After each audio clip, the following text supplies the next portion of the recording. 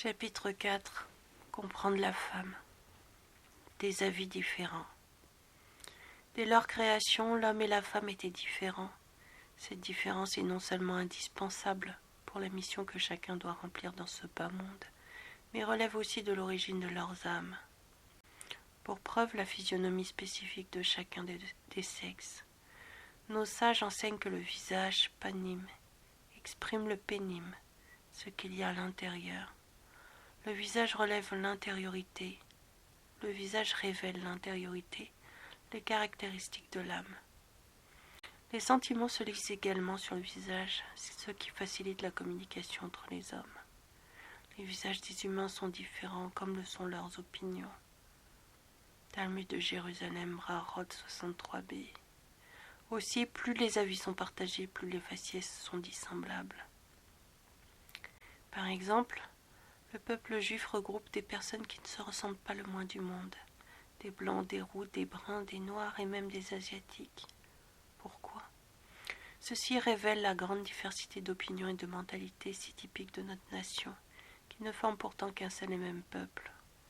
Chez les non-juifs, nous rencontrons une plus grande uniformité. Les Chinois, les Arabes se ressemblent davantage entre eux, parce que leur mentalité et leur culture sont plus homogènes. Mais un juif séfarade, originaire de Libye, n'a ni la même mentalité, ni la même culture, ni les mêmes habitudes culinaires ou autres qu'un juif polonais, et ne parlons pas de leur visage. Les animaux d'une même espèce, qui évidemment n'ont pas d'opinion et sont dépourvus de raison, se ressemblent parce qu'au niveau de leur essence, ils sont identiques. Pour les oiseaux, les insectes, la similitude est encore plus frappante. Comment différencier une mouche de sa voisine ? En vérité, plus la raison fait défaut, plus la ressemblance est grande. L'homme et la femme ont des visages très différents, mais au bout de quelques années de vie commune, ils finissent par partager les mêmes opinions et par manifester une certaine similitude dans les traits de leur visage. Soudain, les gens s'exclament « Ils se ressemblent, c'est incroyable !»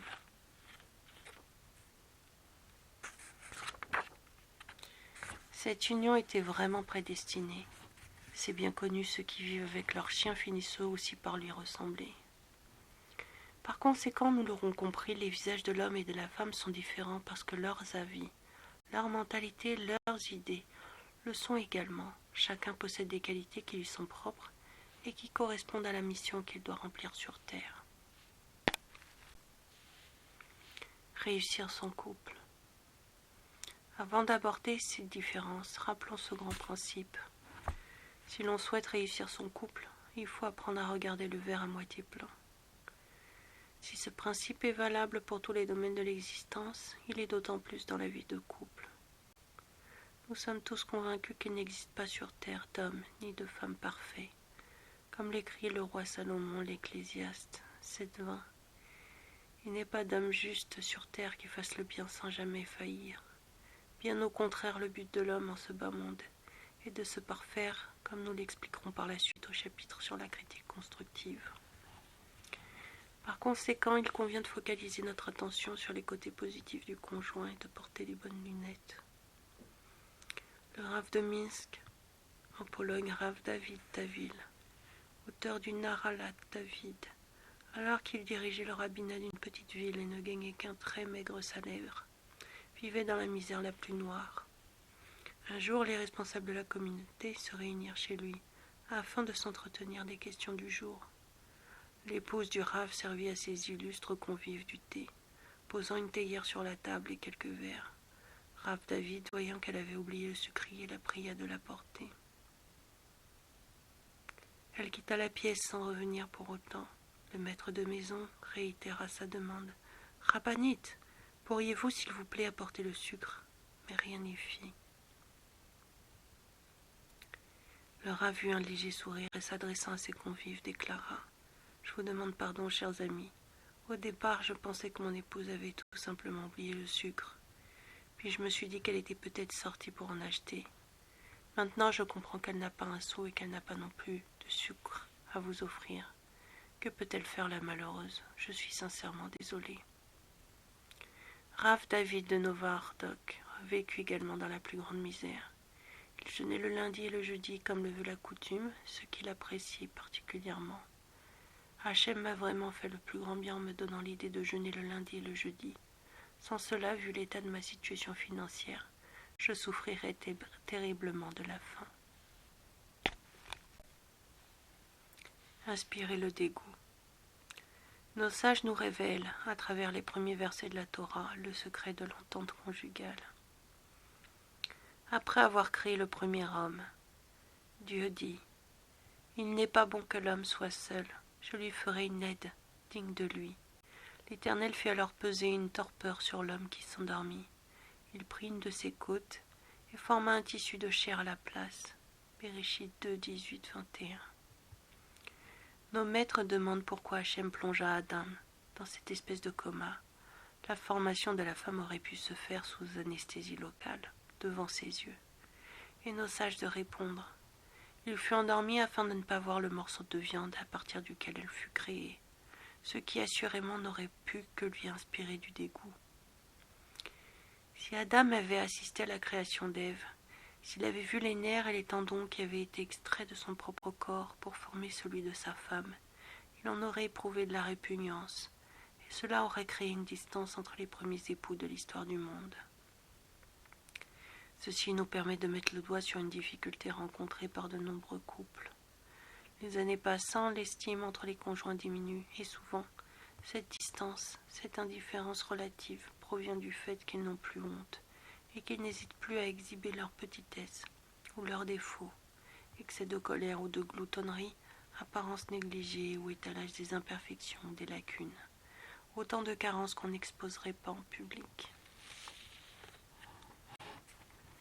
Pourtant, sur les lieux de travail ou d'études, les époux se conduisent de la meilleure manière afin d'inspirer autour d'eux le respect et la considération. Ils déploient alors toutes leurs ressources de savoir-faire, de savoir-vivre et de courtoisie. Au travail, ils ne sont ni mesquins ni grincheux.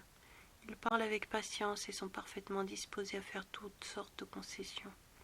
Ils prêtent une oreille attentive à leurs collègues et manifestent la plus grande tolérance. Cependant, une fois le seuil du domicile franchi, ces mêmes individus subissent une étrange métamorphose. Soudain, les règles de bonne conduite ne comptent plus. On peut crier, se fâcher, insulter, s'obstiner abusivement et se négliger. Évidemment, ce n'est pas la meilleure façon d'assurer le bonheur du couple. Dans la vie privée comme à l'extérieur, et peut-être même plus qu'à l'extérieur, il convient justement d'adopter une conduite qui inspire le respect et ne pas lâcher toutes les brides. S'il est difficile de masquer ses défauts, ses faiblesses ou de renoncer à ses mauvaises habitudes, alors c'est au conjoint d'apprendre à fermer les yeux pour ne pas en venir au mépris ou à la distance. Dans ce cas, il est préférable de consulter une personne compétente afin de savoir comment améliorer la situation. De là, nous comprenons qu'il nous faut bien réfléchir à ce qui pourrait causer du dégoût ou de la répugnance chez notre partenaire, et même en ce qui concerne la vie intime. Si l'on se montre trop libre, trop ouvert dans ce domaine, au-delà de ce que la halakha permet, cela peut inspirer de la répulsion à l'un des conjoints, cela s'entend. De même, lorsque la femme prend le temps de s'habiller et de se maquiller, ce n'est pas le moment de l'en empêcher ou de l'importuner. Il faut lui laisser le temps et la liberté de le faire, puisque nos sages considèrent que ce besoin si féminin provient de la même nécessité, susciter l'estime et le respect. Lorsque dans le désert, les nuées de gloire reposaient sur la tente d'assignation, il était interdit à Moshe d'y pénétrer. Le Zohar l'explique en ces termes. Parce que la présence divine était en train de se parer en l'honneur de l'Assemblée d'Israël, il lui était interdit d'entrer, tout comme il est interdit au mari d'entrer dans la chambre pendant que son épouse s'apprête. Cette précaution est aussi importante pendant les accouchements. Certes, la femme est en train de mettre au monde leur enfant, mais il arrive parfois qu'à certaines phases de la délivrance, l'accouché ne soit pas paré de ses plus beaux atours, c'est le moins qu'on puisse dire. Ce qui explique pourquoi il est souvent recommandé au mari de rester auprès de son épouse jusqu'à l'expulsion, et de se retirer au moment où les efforts deviennent plus intenses, afin de prier pour que le Maître du monde fasse en sorte que tout se passe pour le mieux. En une phrase, on pourrait dire qu'un peu de distance et de pudeur est parfois nécessaire, afin de préserver le respect paix et renforcer le lien d'estime et d'amour entre les époux. Nos sages enseignent, Shabbat 140b, que Rav Rista instruisait ses filles sur les lois du mariage afin qu'elles soient toujours aimées et chères aux yeux de leurs époux. Voici ce qu'il leur disait. Soyez pudiques devant vos maris, ne mangez pas de pain devant eux. Rachi, de peur qu'elles n'en mangent trop et que cela ne déplaise à leurs époux. Ne mangez pas de légumes, comme l'oignon et l'ail la nuit. Rachi, à cause de l'odeur de la bouche. Ne mangez pas de dattes la nuit ni ne buvez d'alcool. Et Rachi, cela provoque des diarrhées et des gaz. Vous l'aurez compris, Rav Rista mit ses filles en garde contre tout ce qui pourrait inspirer de la répugnance à leur conjoint. La propreté du corps a donc son importance dans le couple, au point que Rav Rista, cet éminent et saint sage du Talmud, dont la vie était entièrement vouée à l'étude et au service divin, l'expliquait à ses filles. Telles furent les recommandations de leur père alors qu'elles épousèrent les plus grands érudits de la génération, des hommes bien éloignés de toute considération matérielle.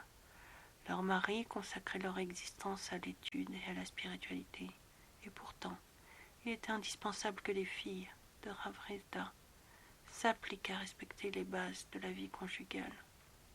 Certes, ces éléments sont fort prosaïques, mais s'ils font défaut, ils peuvent avoir des incidences catastrophiques sur la vie commune. Il est évident, comme nous l'avons déjà expliqué, que cela concerne aussi le mari qui se doit de faire bonne figure devant sa femme, tant dans son attitude que dans son corps, pour ne pas lui inspirer du dégoût. Et sur le plan moral, voici ce qu'en dit le Ramban dans les premières lignes de sa célèbre lettre. Écoute mon fils les préceptes de ton père et ne rejette pas les conseils de ta mère. Habitue-toi à parler toujours calmement à tout homme et en tout moment. Et tu sauras alors éviter la colère qui est un vilain défaut parce qu'elle pousse l'homme au péché. Et lorsque tu seras en mesure de l'éviter, ton cœur deviendra humble, car l'humilité est la meilleure des vertus. Ezer Kenegdo. Il n'est pas bon que l'homme soit isolé. Je lui ferai une aide digne de lui. Ezer Kenegdo, Bereshit 2.18. L'essence même de la femme, selon notre Torah, réside dans le principe du Ezer Kenegdo. Elle est une aide, un soutien pour son mari afin de lui permettre de remplir ses missions sur terre et d'atteindre son maximum aux grandes dames des revendications féministes. Nos maîtres l'expliquent dans le Midrash Bereshit Rabbah 17.3. S'il est méritant, elle sera une aide, Ezer, sinon elle sera contre lui, Kenegdo, littéralement. Les Likutim, à la fin du Midrash Rabbah, citant le Ered Naralim, Eshed Naralim, précise que si l'homme le mérite, sa femme s'unit à lui et à tous ses talents, dans un esprit de paix, tant et si bien qu'elle sera disposée à tout, afin de lui permettre de s'élever dans le service divin. Mais s'il n'est pas méritant, elle se lèvera contre lui et lui rendra la vie amère, en sapant ses meilleures initiatives. La femme peut-elle aussi jouer les deux rôles, dans le même instant être à la fois Ezer et Kenegdo, et comment? Souvent, lorsqu'elle s'oppose à son mari, c'est la meilleure façon de lui venir en aide. Étant critique de nature, ce qui correspond à l'essence même de son âme, elle peut remplir son rôle de femme et de maîtresse de maison. Cette qualité n'est pas mauvaise en soi, mais un bien nécessaire qui lui permet de pousser son mari ou ses enfants vers leur propre perfection. La Torah emploie 3 termes différents afin de désigner la femme, ce qui nous en dit long sur le rôle qui est le sien. Elle sera appelée Isha, parce qu'elle a été prise de Ish, Bereshit 2.23. Je lui ferai une aide digne de lui, Ezer Kenegdo, Bereshit 2.18. L'homme donna pour nom à sa compagne, Ève, Chava, parce qu'elle fut la mère de tous les vivants, Em Kol Chai, Bereshit 3.20.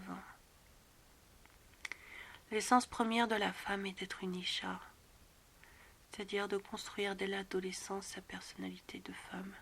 Que veut dire Isha? Parce qu'elle a été prise du Ish, l'homme. Ish, Aleph, Yod, Shin, et l'acrostiche de Aleph et de Ish. La lettre Aleph, première lettre de l'alphabet, fait allusion à Dieu, qui est un et à l'étincelle divine dont on étaient dotés tous les humains. En outre, la lettre Aleph de valeur numérique 1, l'unité parfaite montre que l'homme est le fleuron de la création. Cette lettre est formée sur le plan graphique de 3 lettres. Yod, Vav, Yod. Donc ça c'est le Aleph qui est construit en fait finalement d'un magnifique. Quand on décortique en fait la calligraphie de la lettre, dont la valeur numérique est 26, comme le nom ineffable, le tétragramme. Par conséquent, le rôle de l'homme Ish est d'être un Aleph plus loin, Ish, c'est-à-dire de révéler son étincelle divine, de développer sa spiritualité et de mettre la lettre Aleph en exergue dans ses actions et sa conduite. Telle est donc sa mission. Quant à la femme, elle doit aider son mari à l'accomplir, ayant été prise du Ish. De ce fait, l'homme qui vit seul aura les plus grandes difficultés à réaliser ce potentiel. Tous les mots du verset cités plus haut, il n'est pas bon que l'homme soit isolé. Je lui ferai une aide digne de lui. Par conséquent, la femme doit d'abord se construire en tant que Isha, c'est-à-dire développer son potentiel de spiritualité. Puis une fois mariée, elle endosse sa deuxième fonction, devenant Ezer Kenegdo, une aide digne de son mari, lui permettant d'atteindre la réalisation de son projet de vie sur le plan spirituel. Enfin, elle devient également la mère de ses enfants, Em Kol Chai.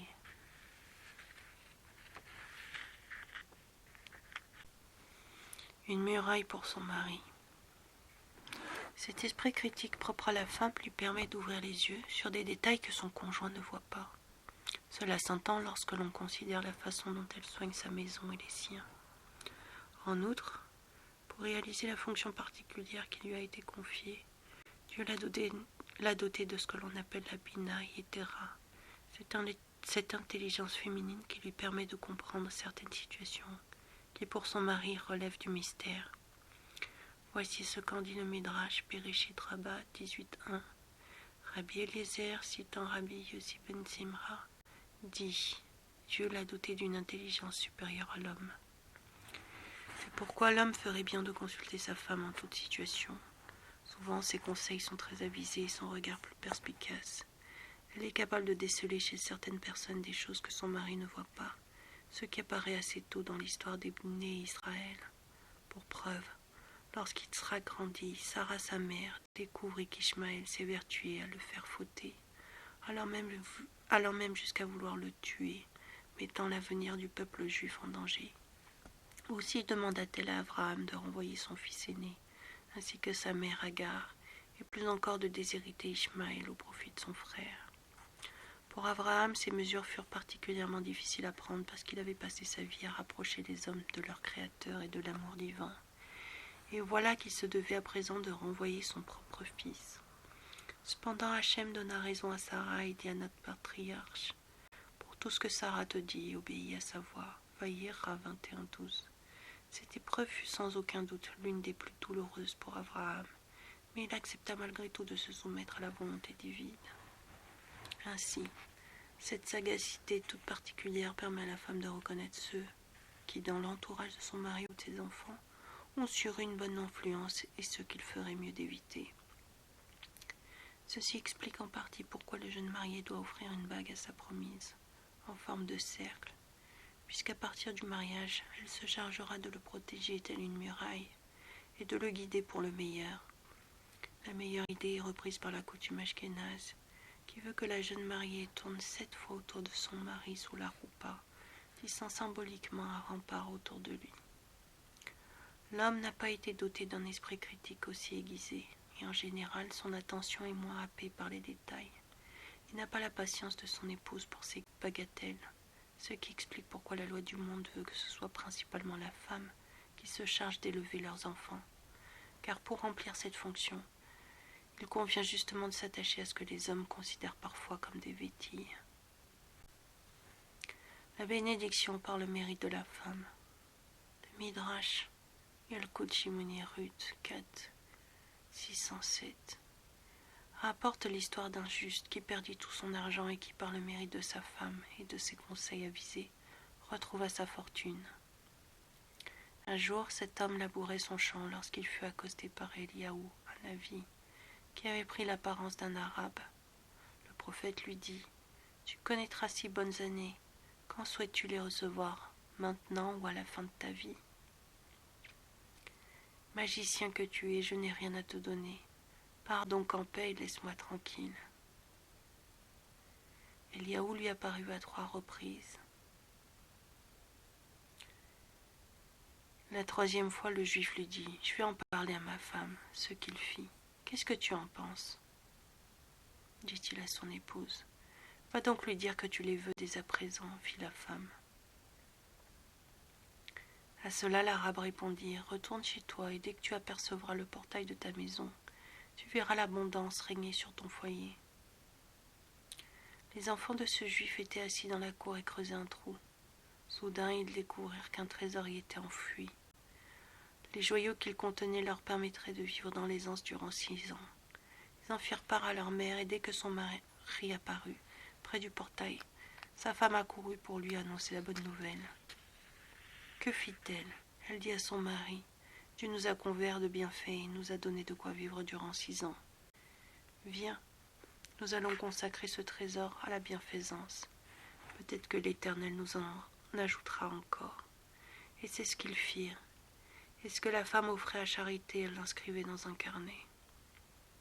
Au bout de 6 ans, Eliaou se présenta à nouveau au juif et lui dit : « Le temps est venu de me rendre ce que je t'ai donné. » Et l'homme répliqua : « Ce que j'ai pris, je ne l'ai pris qu'en suivant le conseil de ma femme, et maintenant que je dois te le rendre, je m'en vais la consulter à nouveau. » Elle alla donc la retrouver et lui annonça : « Le vieux est revenu reprendre ce qui lui appartient. » Elle répondit : « Va donc lui dire qu'il n'a qu'à céder son bien à des gens plus droits que nous, s'il en trouve. » Le couple ayant généreusement multiplié les œuvres de bienfaisance, il fut décidé de leur rendre le bien pour le bien qu'ils avaient accompli, principe qui procède du verset Isaïe 32,17 : « Et l'œuvre de la charité sera paix. » Long à la colère. Rav Israël Salanter donna un jour un cours dans une des communautés de Vilna et, comme à son habitude, il exhorta le public à corriger son caractère. Le bedeau de la synagogue, persuadé que le sage avait adressé son allocution à son intention et se sentant insulté, se répandit en invectives contre lui. Celui-ci ne dit mot et poursuivit son discours. Le bedeau s'enflamma de plus belle et, après avoir déversé tout son venin, quitta la synagogue à grand fracas, tout en claquant violemment la porte derrière lui. À la stupéfaction des fidèles, le Rav descendit prestement de la tribune et se mit à courir pour attraper le vieillâtre abilaire. L'ayant rejoint, il sortit un mouchoir de sa poche et se mit à essuyer la sueur qui coulait sur le front du vieillard, tout en le réconfortant avec chaleur. « D'accord, vous êtes en colère contre moi, mais vous transpirez tellement que vous risquez de prendre froid. » Le bedeau en fut très touché, et après avoir écouté le Rav, qui lui assura qu'il ne le connaissait ni d'Adam ni Ève, et qu'il n'avait nullement l'intention de l'offenser, notre homme se laissa convaincre et finit même par devenir un de ses plus fidèles disciples. Une autre fois, Rav Israël Salanter, qui résidait à Kovno, fut invité à Vilna, où il était impatiemment attendu. Un juif qui habitait un village voisin, apprenant que le grand Rav Israël Salanter devait parler dans la grande ville, décida de s'y rendre aussi afin d'y accueillir le maître de la génération et d'obtenir un certificat lui permettant d'exercer en tant que chorette.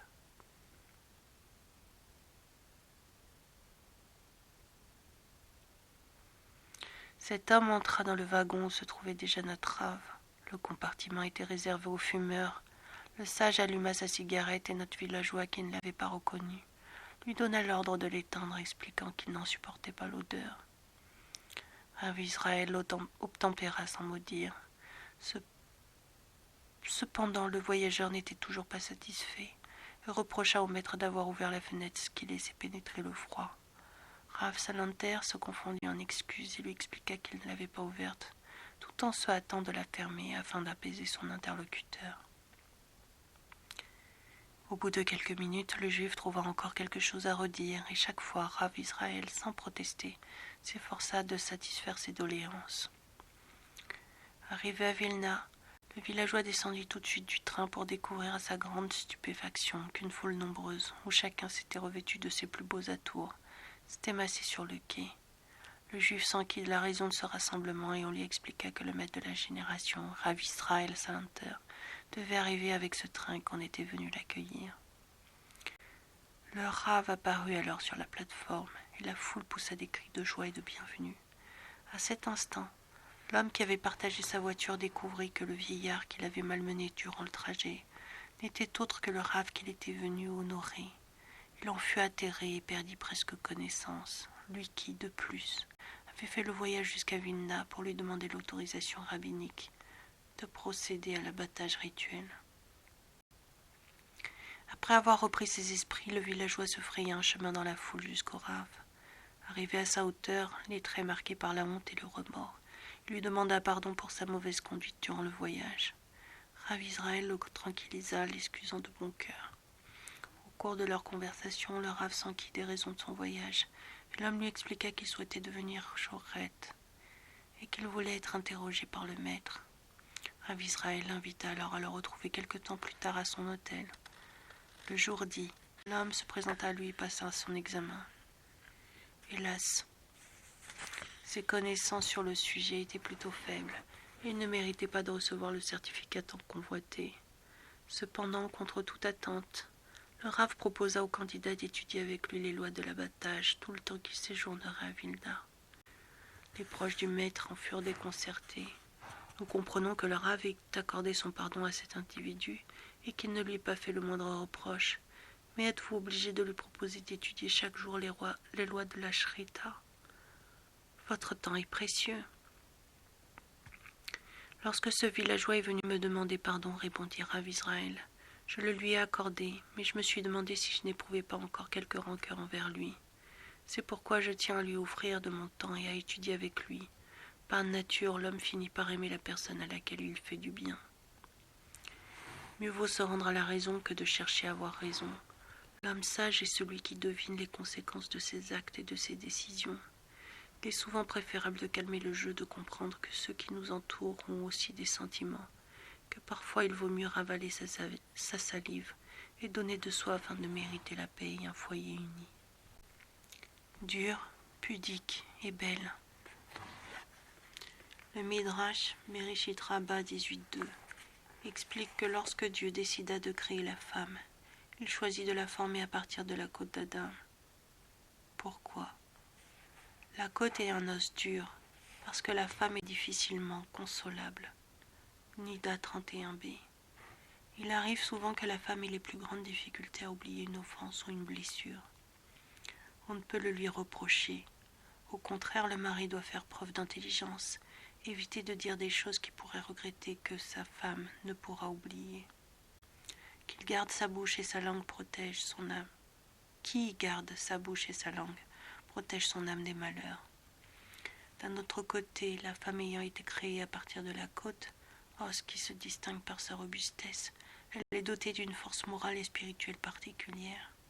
Elle est plus endurante que l'homme et se laisse moins facilement abattre. Cette capacité lui permet également de supporter avec patience les difficultés qui lui sont propres, les naissances, l'éducation de ses enfants et l'entretien de son foyer. Aussi la côte est un os qui est caché, dissimulé, comme le rapporte le Yalkut, Shimoni 2.24. Même lorsque l'homme est dévêtu, la côte se dérobe au regard, ce qui sied parfaitement à l'essence même de la femme, à sa discrétion. De plus, à chacun de ses membres créés à partir de la côte, Dieu dit « sois pudique ». Il semble par conséquent que la pudeur appartient bien à la jante féminine. Cependant, dans les faits, nous constatons que ce sont justement les femmes qui ont tendance à se découvrir et à exhiber leur corps. Aussi, pourquoi la Torah attribue-t-elle cette vertu à la femme plus qu'à l'homme? La réalité semble contredire ce postulat. En vérité, par nature, l'homme est moins pudique, comme le sont ses pensées. Plus que la femme, il est en permanence aux prises avec ses passions. Ceci explique pourquoi celle-ci se doit d'être pudique, non pas pour elle, mais pour protéger l'homme de la faute, lui qui en bute à son mauvais penchant, à son désir. Dans ce cas, pourquoi la femme a-t-elle été parée de sa beauté toute particulière, de cet attrait qui le fait trébucher? La question est d'autant plus pertinente lorsque l'on sait que la beauté appartient en vérité à l'essence même de la femme, comme le rapporte le Talmud, Ketuvot 59. La femme n'est que beauté. En vérité, l'intention du Créateur est qu'elle réserve ses charmes à son mari afin de renforcer le lien du couple. De plus, la beauté faisant partie de son identité, la femme a toujours le souci de paraître, d'où la grande difficulté pour elle de rester pudique et discrète. La beauté n'est pas mauvaise en soi, il n'y a rien de mal à ce qu'une femme soigne son apparence, mais elle doit diriger ce besoin vers le but qui lui a été dévolu, vers son mari et non la rue ou les collègues de travail. Le but de la pudeur. La nécessité de la pudeur apparut dans le monde après le péché originel. Avant la faute, Adam et Ève étaient nus et n'avaient pas honte de leur nudité. Le corps qui n'était que le vêtement de l'âme était illuminé par elle et lui était entièrement soumis. Après avoir enfreint l'ordre divin, le corps prit une certaine indépendance, bien que factice par rapport à l'âme. Il acquit alors une réalité qui lui est propre, comme si l'âme devait à présent se mettre au service de son enveloppe, lui procurer l'énergie, la vie, afin de lui permettre de satisfaire toutes ses envies. Par conséquent, après la faute, Dieu annonça au premier homme qu'il ne pouvait plus résider dans le jardin d'Éden. Ayant profané la création, il devait, lui et ses descendants, corriger sa faute et réparer durant 6000 ans ce que les créateurs avaient créé en 6 jours. Aussi, pour lui permettre de passer le test difficile de l'existence, Dieu lui ordonna de couvrir son corps pour contenir et réduire son influence, lui donnant ainsi sa juste proportion. Pourquoi ? Parce que les appels du corps risquent de détourner l'homme de son but ultime qui est de répondre aux besoins de son âme. L'enveloppe corporelle doit donc se faire discrète, jouer son rôle de simple vêtement et se mettre au service de l'être véritable qui est la Neshama. Dans ce cas seulement, l'âme sera en mesure d'éclairer le corps et de permettre à l'homme d'amener le monde à sa perfection. Ça paraît de ses plus beaux atours. Voici ce que rapporte le Talmud Ketuvot 59b. Rabbi Ria dit « La femme est beauté ». Il enseignait que la nature de la femme est de se parer et celui qui veut la rendre belle lui fera porter des vêtements de lin. Rabbi Ria encourage l'homme à comprendre que son épouse a besoin de se parer et de se vêtir. Cela n'a rien de honteux ni de méprisable, puisque nos maîtres l'ont compris au point de permettre à la femme d'accomplir certains travaux interdits, durant les demi-fêtes pour ses besoins personnels, concernant son esthétique ou son apparence, comme le fait de se maquiller par exemple. Shulchan Arour 541, chapitre 5. Le Talmud, Moed Katan 9b, rapporte que cette permission fut aussi accordée aux vieilles femmes, tant cette nécessité leur est impérative. De là nous déduisons que les femmes vertueuses ont également l'habitude de se parer et de s'embellir. Cependant, cette conduite ne doit viser que l'intérêt du couple, et il n'est pas question de poser pour la galerie. Celles qui sortent tirées à 4 épingles, mais qui chez elles se négligent, n'ont rien compris. L'intelligence de la femme bâtit son foyer dans ce monde et dans le suivant. On raconte l'histoire d'un marchand qui se rendit dans une certaine ville afin d'y acheter de la marchandise. Arrivé à destination, notre homme alla aussitôt chez la personne qu'on lui avait recommandée. Lorsqu'on lui ouvrit, il ne put cacher sa surprise. Son interlocuteur était très âgé, mais s'occupait encore de son affaire avec la vigueur d'un jeune homme. Le marchand expliqua au vieillard la nature de la marchandise qu'il recherchait, mais l'autre répondit « Je suis désolé de vous annoncer que cet article est épuisé, mais vous pourrez peut-être le trouver chez mon père qui n'habite pas loin d'ici. » Comment cet homme déjà âgé pouvait-il encore avoir son père ? Le commerçant s'empressa de se rendre chez le fameux père et à nouveau, il ne put masquer sa stupéfaction lorsqu'il découvrit un octogénaire, assis à sa table et dirigeant son commerce avec dynamisme. Lorsqu'il annonça l'objet de sa visite, le vieil homme répondit « Désolé, je suis également en rupture de stock, mais je vous conseille de vous adresser à mon père qui habite à telle adresse. » Le marchand n'était décidément pas au bout de ses surprises. Il se hâta de se rendre à l'adresse indiquée, persuadé d'y rencontrer un vieillard grabataire, La porte s'ouvrit et il laissa entrevoir un vieil homme, au visage encore plus flétri que les précédents, mais occupé à gérer son affaire avec la plus grande vitalité. Après lui avoir communiqué les raisons de sa visite, le marchand se hasarda à lui demander « Comment avez-vous mérité de vivre si longtemps ?» Le vieux répondit « C'est le mérite de mon épouse, vous allez me comprendre. » Une vieille femme fit brusquement apparition. Le vieillard la pria de servir de la pastèque à leur honorable invité. Celle-ci retourna à la cuisine et en ressortit, portant une grosse pastèque. Le mari l'examina et déclara « Non, elle n'est pas assez bonne pour notre hôte. Va donc en amener une autre. » Dévouée, elle s'enfuit et revint rapidement avec une pastèque. À nouveau, l'homme rendit son verdict. Celle-ci non plus n'est pas assez bonne. La troisième fois, le mari lui demanda de couper le fruit qui lui semblait mûr à souhait. Après l'avoir dégusté, il interrogea son invité. « Dites-moi, s'il vous plaît, combien de pastèques avions-nous à la cuisine ?»« 3, 4, je ne me souviens plus. »« Vous faites erreur, nous n'en avions qu'une seule. Cependant, lorsque ma femme nous l'a amenée, je voulais vous montrer combien nous étions honorés de votre visite, et combien il m'apportait de vous faire bon accueil, ce qui explique pourquoi je lui ai demandé d'apporter une autre.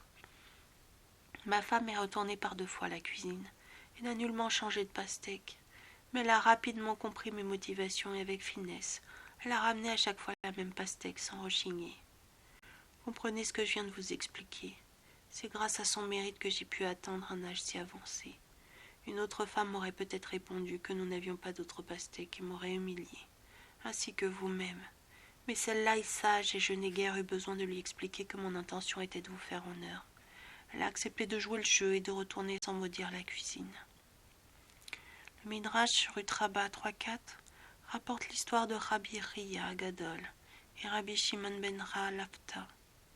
Ils étaient en train d'étudier à Tibériade une veille de Pessah, lorsqu'ils entendirent des bruits venant du dehors.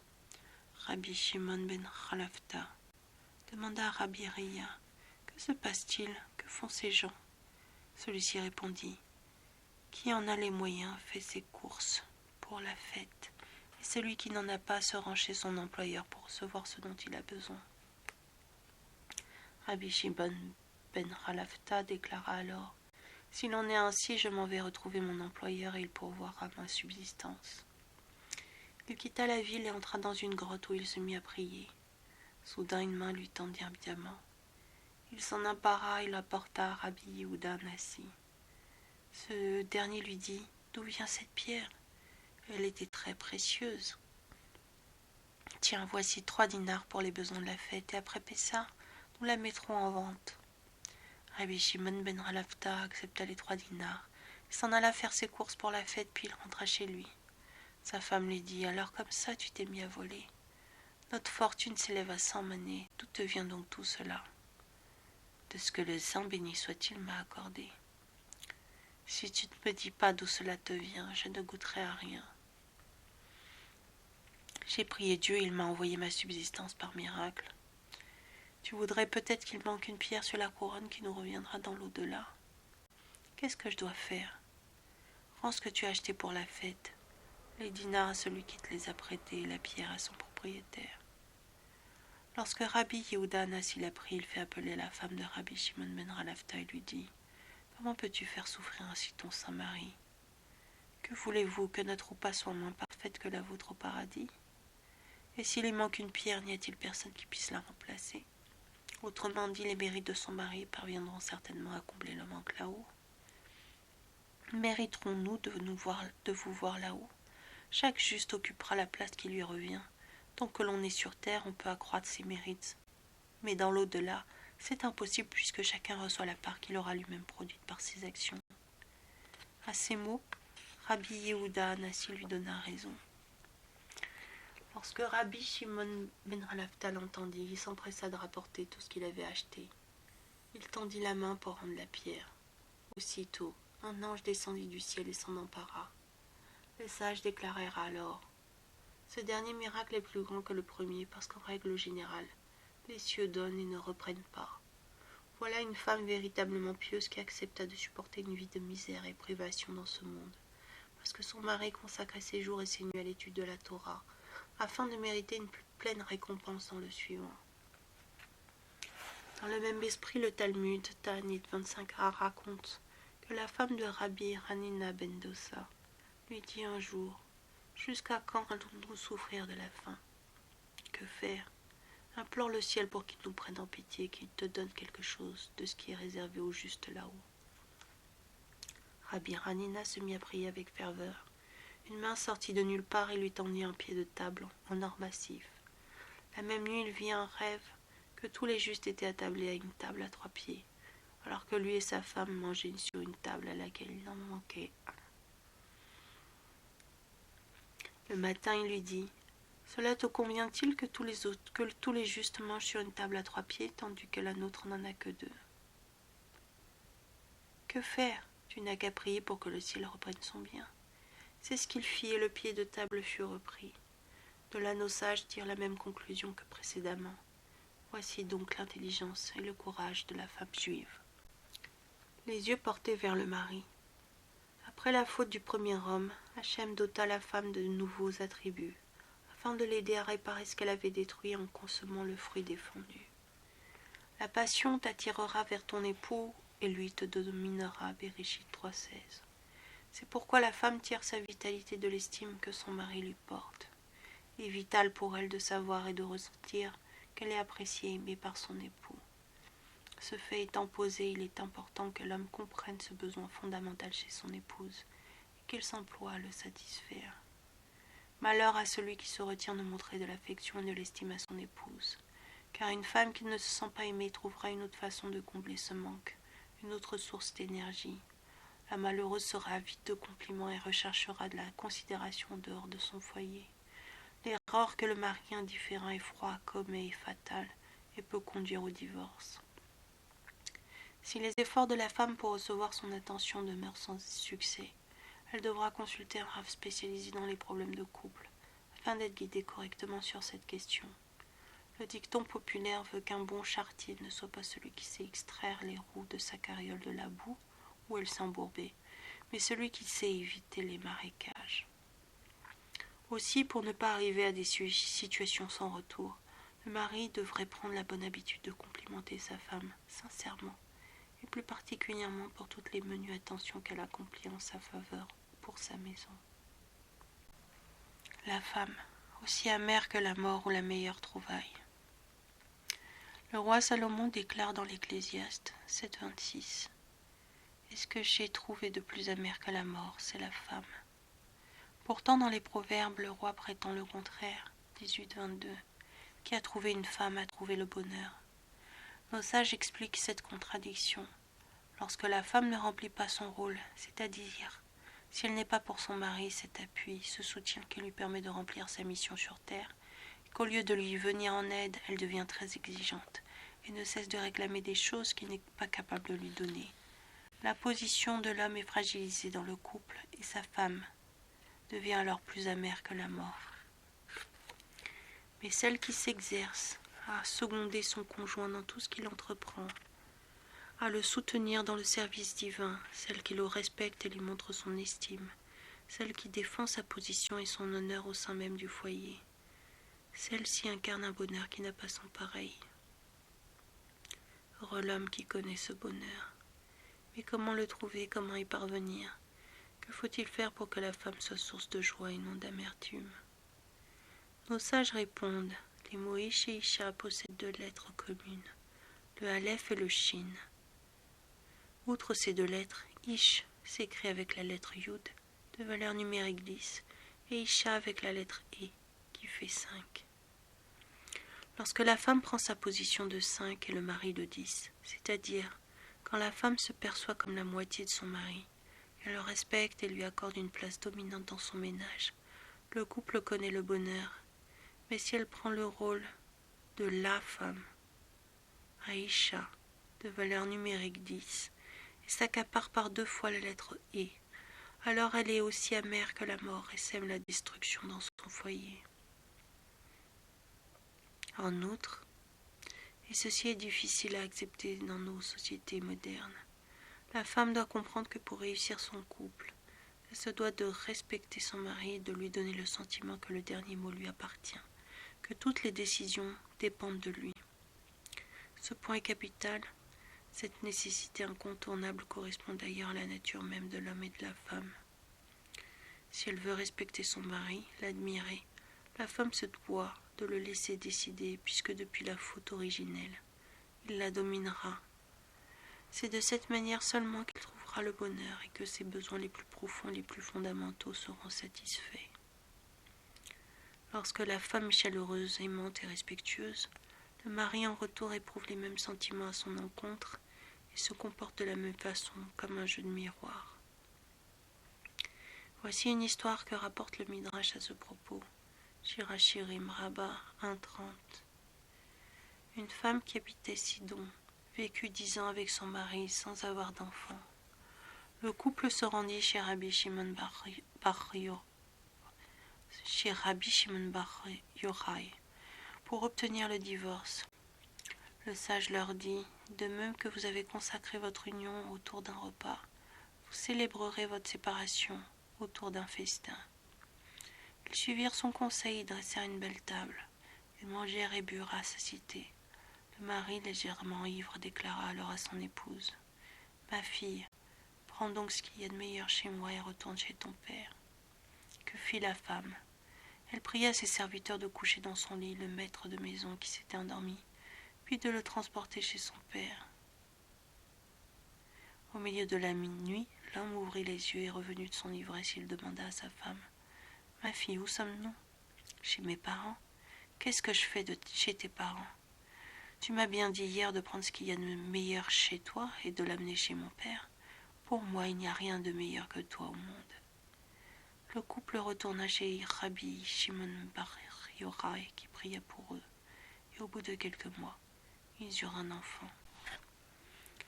Elle accomplit la volonté de son mari. Nos sages enseignent dans le Tana d'Ebe Eliaou Rabbah 89, la femme vertueuse est celle qui accomplit la volonté de son mari. Évidemment, cela ne veut pas dire qu'elle doit obéir au moindre de ses caprices et à toutes ses fantaisies, mais elle doit s'appliquer à accomplir sa volonté, à satisfaire ses besoins et à suivre son avis. Elle doit lui donner le sentiment que son opinion est importante pour elle, que la décision lui appartient en tout domaine. Aujourd'hui, nombreuses sont celles qui s'élèvent contre ces vérités antiques. Innombrables sont celles qui réclament l'égalité des sexes et des rôles dans le foyer, et qui cherchent à se réaliser à travers une carrière ou à l'extérieur de leur maison. La femme moderne et indépendante, elle gagne sa vie comme un homme, de sorte qu'elle ne comprend pas pourquoi elle ne serait pas celle qui, dans son foyer, déciderait ou aurait, à tout le moins, le dernier mot dans certains dossiers. Cela fait plusieurs décennies que l'égalité des sexes a été obtenue.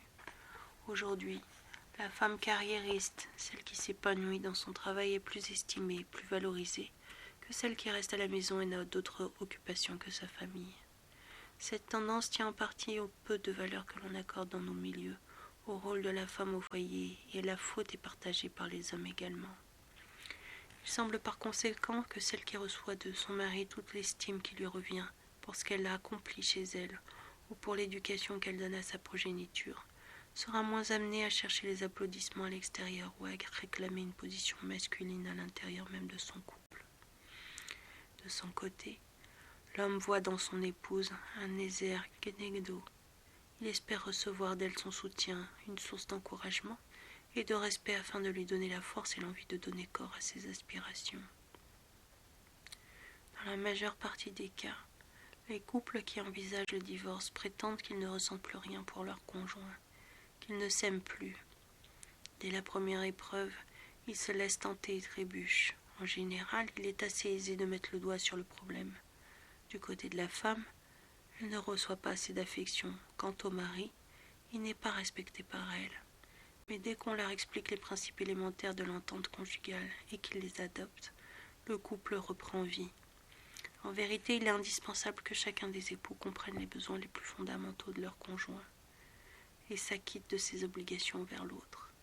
Rien n'est jamais définitif et la relation entre mari et femme doit être perpétuellement entretenue, même après 20 ou 30 années de mariage, cela s'entend.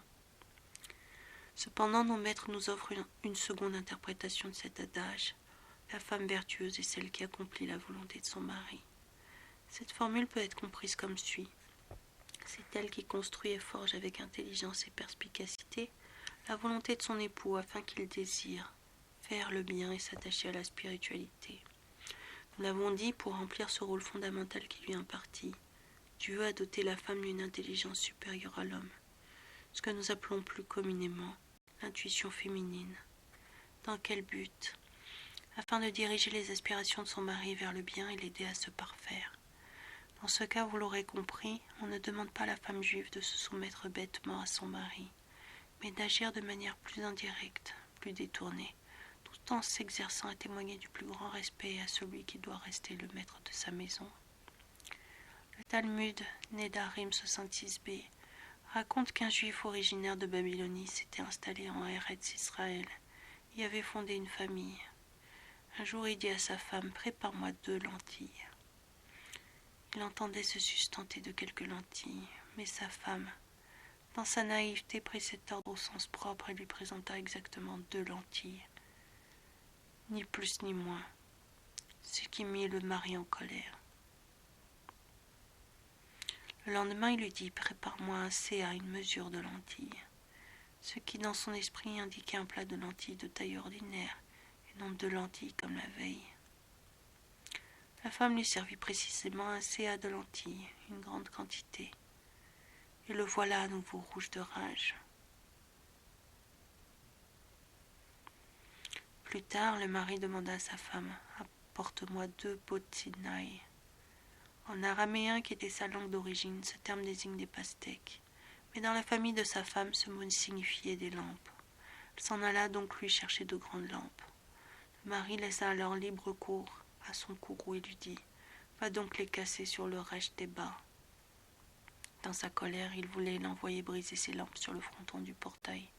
Mais elle comprit, selon son dialecte, qu'elle devait les casser sur la tête du maître de la génération, Papa Ben Bouta, qui siégeait à la porte de son tribunal. Elle s'en fut obéir à l'ordre de son mari et frappa le maître de la génération avec les lampes. Celui-ci ne lui fit aucun reproche, mais lui demanda seulement la raison de son geste. Elle répondit avec candeur que tel était l'ordre qu'elle avait reçu de son mari.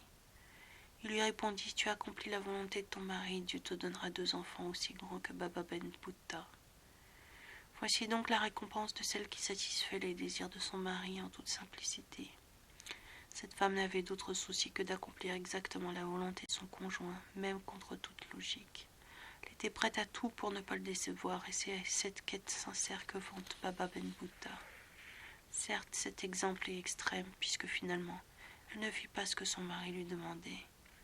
Mais ce que nos sages entendent souligner à travers cette anecdote est le mérite de cette femme qui obéit aux ordres de son mari par respect pour lui, bien que ses requêtes lui aient semblé fantaisistes.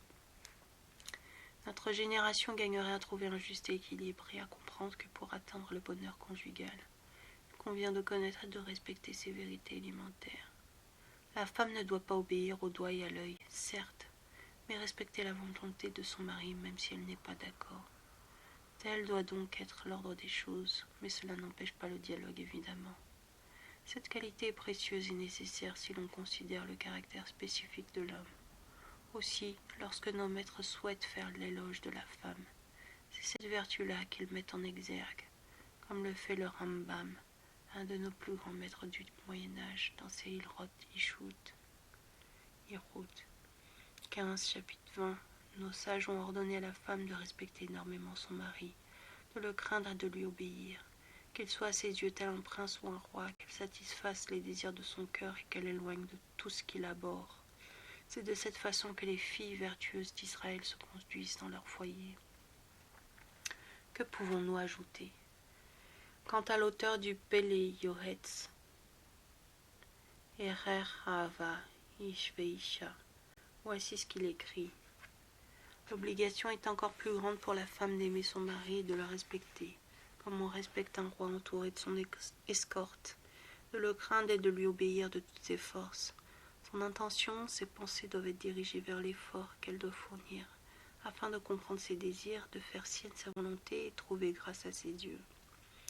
Et ce qui compte par-dessus tout dans l'amour, c'est l'amour de l'âme. Elle devra consentir à tous les sacrifices afin de l'aider à servir Dieu, car tel est son rôle. Elle lui pardonnera avec douceur quand elle doit le diriger vers le bien et le réconfortera dans les moments difficiles.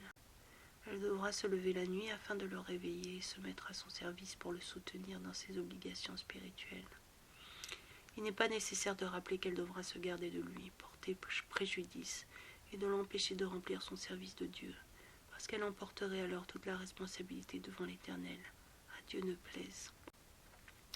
Certes, les hommes sont différents et le mari n'est qu'un être humain.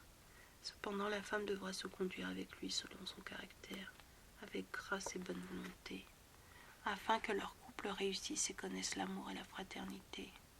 La sagesse de la femme bâtit son foyer, Proverbe 14:1. Et la femme craignant Dieu est seule digne des louanges, 31:30. Outre le fait qu'elle se doit d'être pudique, car toute resplendissante est la fille du roi dans son intérieur, Psaume 45:14. Afin qu'elle ne fasse pas trébucher les hommes avec leurs yeux ou leur cœur, elle devra malgré tout se parer pour son mari et prendre soin de sa propreté, sa pureté et surveiller ses dépenses pour qu'il ne faute pas en portant son regard sur une autre femme, mais qu'il se rapproche d'elle et qu'elle trouve grâce à ses yeux. Ce texte nous semble difficile, nous qui vivons au XXIe siècle. Et cette conduite que vante le Peli Yoetz nous paraît presque impossible à suivre. Évidemment, pour que la femme remplisse ce rôle qui lui est imparti, il est indispensable que le mari remplisse le sien, comme le recommande le Rambam, il Route 15, chapitre 19. Non sages ont ordonné au mari de respecter sa femme plus que lui-même et de l'aimer comme lui-même. Et s'il est riche, il devra la gâter à la mesure de ses moyens. Il lui a interdit de lui faire peur, lui parlera calmement et ne sera ni triste ni irrité en sa présence. Nous l'aurons compris, ce que la Torah exige du mari n'est pas non plus de tout repos. Cependant, si les époux s'exercent à appliquer ces saintes recommandations, ils connaîtront la paix dans leur foyer et la présence divine reposera assurément sur leur couple. L'harmonie dans le couple.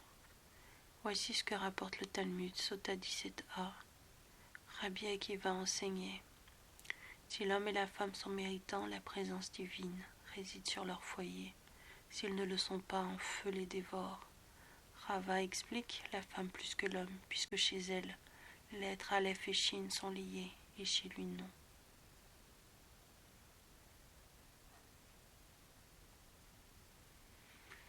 Rashi, le feu Esh, Aleph Shin de la femme est ardent et détruit, et se déclare plus rapidement que chez l'homme.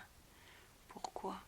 Le feu et la femme s'enflamment plus facilement, parce que dans le nom Isha, les lettres Aleph et Shin qui forment le terme Esh sont collées, tandis que chez le Ish, l'homme, le Yud qui représente la Shrina, sépare ces deux lettres. De là, nos sages enseignent que la femme par nature s'emporte vite. En revanche, l'homme est plus pondéré, plus lent à la colère. Il devra donc se montrer sensible et lui offrir son soutien en cas de contrariété. Il ne faut pas avoir dans l'impétuosité de la femme de la haine ni un défaut qu'elle se doit d'extirper.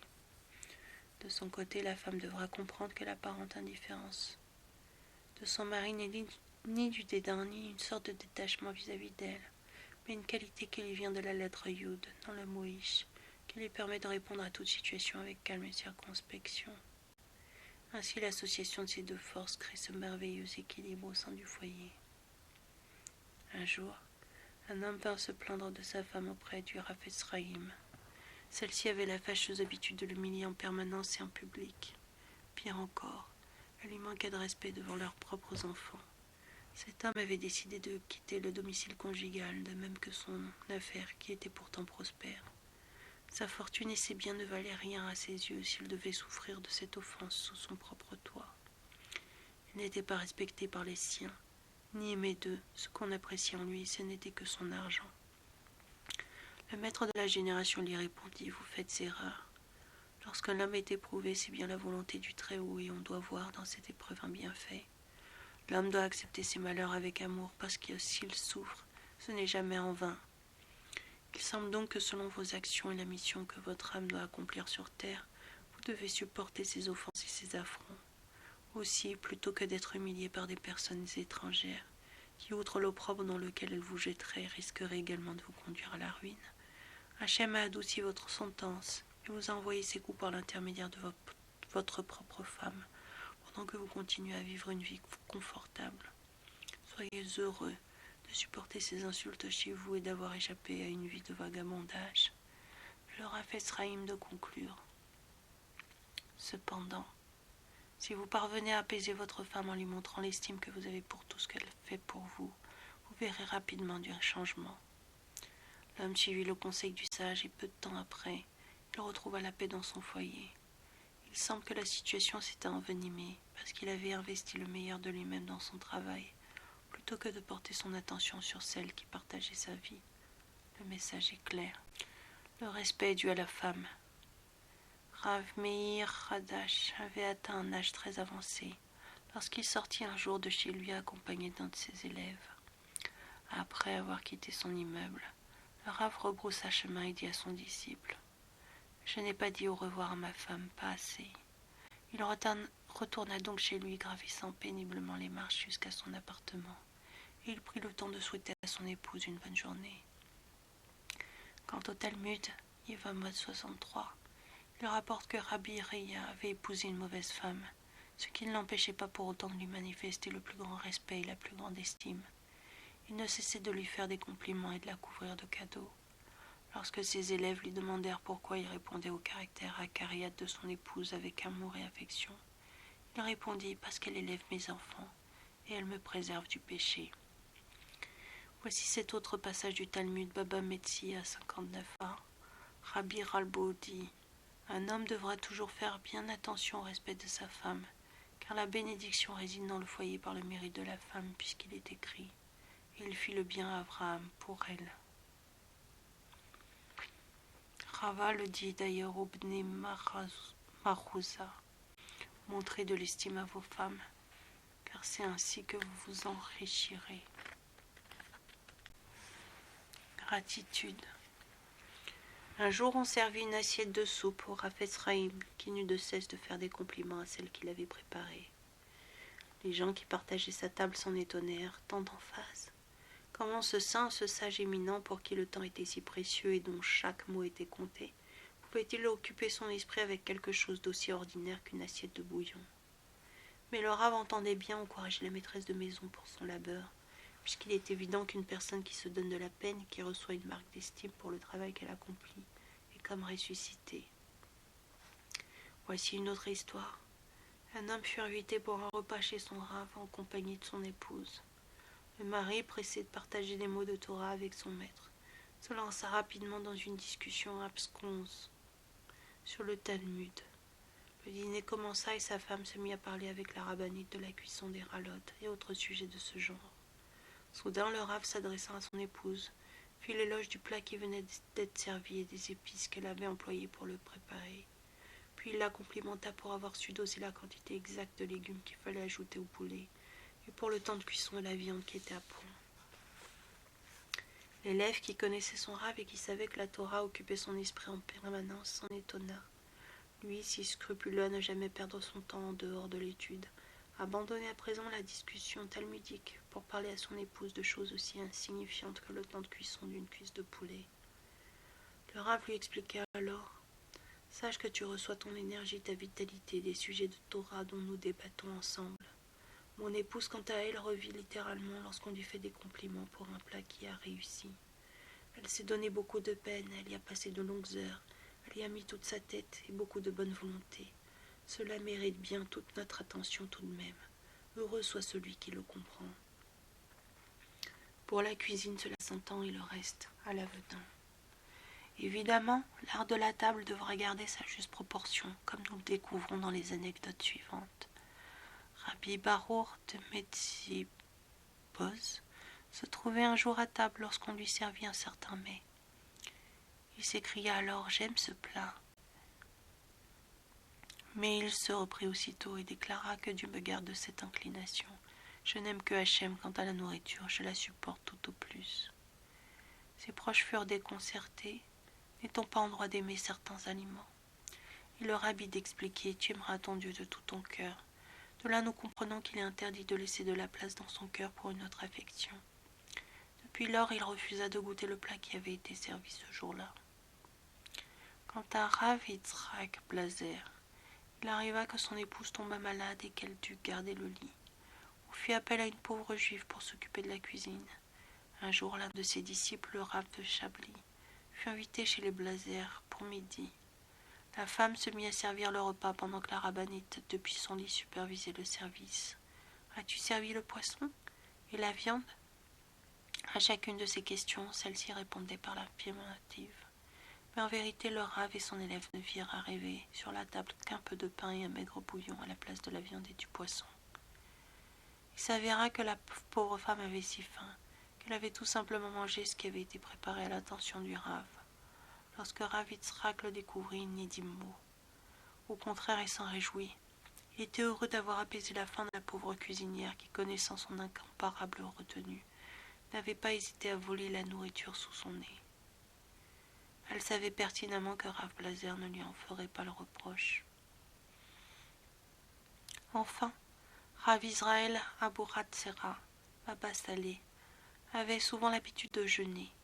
Un jour, au sortir d'un jeûne, la rabbinite lui servit un copieux repas de viande afin de lui redonner des forces. Le Rav emporta un morceau à sa bouche et s'arrêta net. « Qu'est-ce qui se passe, ce n'est pas bon ?» demanda la rabbinite affolée. Elle s'empressa de goûter le plat à son tour. Il manquait peut-être un peu de sel ou la viande n'était peut-être pas assez tendre. En vérité, elle était succulente, bien meilleure que de coutume. C'est délicieux, fit le Rav d'un ton rassurant. Au contraire, la viande n'a jamais été aussi bonne et c'est pour cela que je préfère m'abstenir. Si j'en prends encore, je ne mangerai pas par nécessité mais par gourmandise, cela je ne peux me le permettre.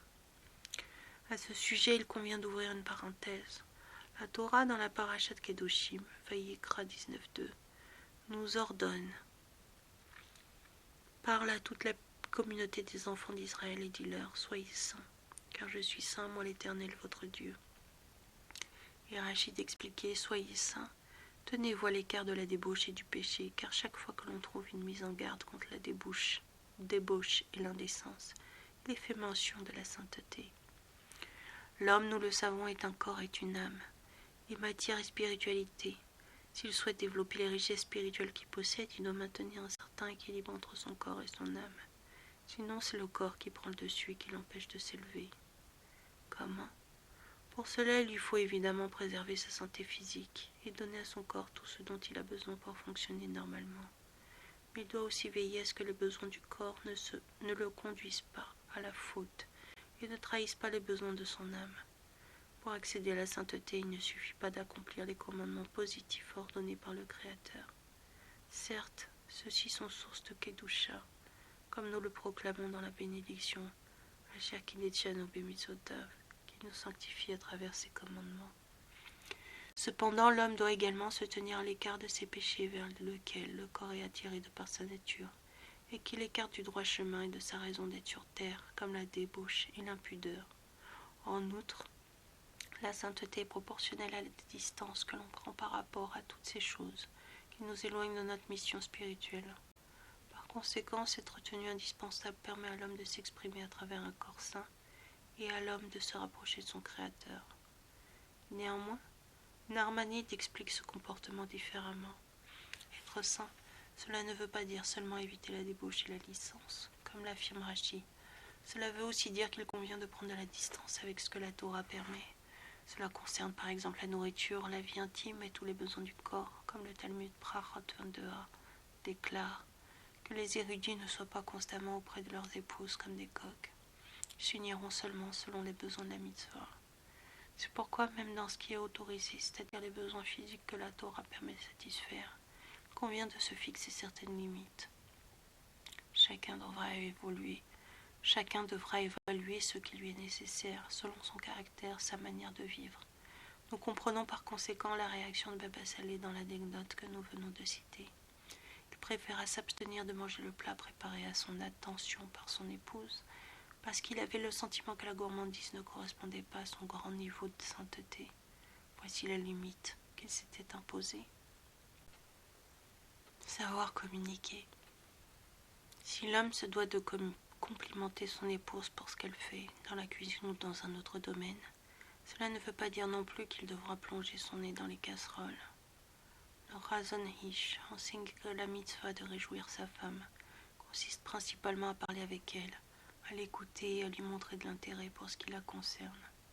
Le mari doit s'intéresser à ses menues préoccupations, combien elle s'est fatiguée à faire les courses, à trouver des vêtements pour ses enfants, à préparer un certain plat, à mettre de l'ordre dans cette armoire, à satisfaire son employeur ou à monter péniblement les marches du métro.